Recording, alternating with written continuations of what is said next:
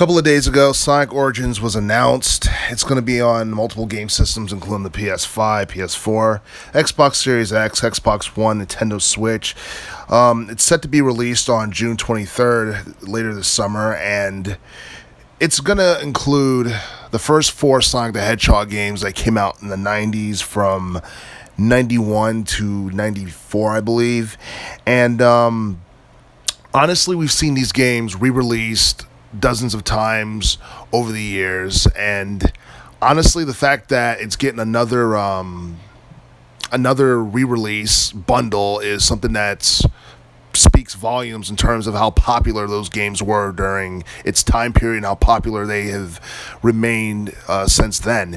And when you look at, I guess, the Sonic the Hedgehog series, a lot of people will tell you that the early 90s were the golden years for that series in general, because you look at all the Sonic games that have come out since then, there aren't a lot that are too memorable or that are on the same level of popularity as those four games.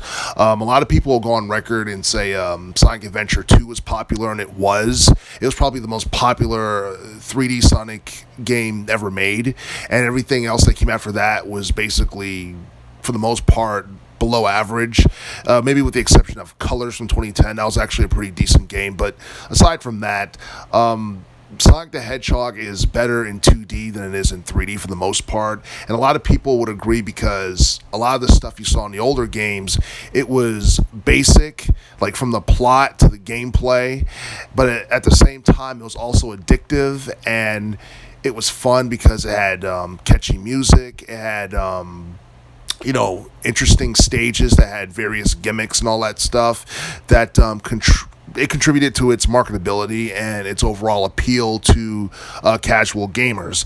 I feel like over time, the series lost its identity, especially when it went 3D, because it deviated away from having a basic plot and all that stuff to adding more characters and trying to have a more complex plot, and to a point where it just completely felt like something different. Those games like, Sonic, where he became a werewolf, or the Secret Rings, or what have you, it didn't even feel like a Sonic game for the most part. It just felt like, I don't know, it felt like another game altogether, like a platformer trying to be something else. But I honestly feel like the first four Sonic games that are going to be in Sonic Origins are definitely going to be something that a lot of people are going to like, especially old school gamers who grew up during the Genesis era of gaming.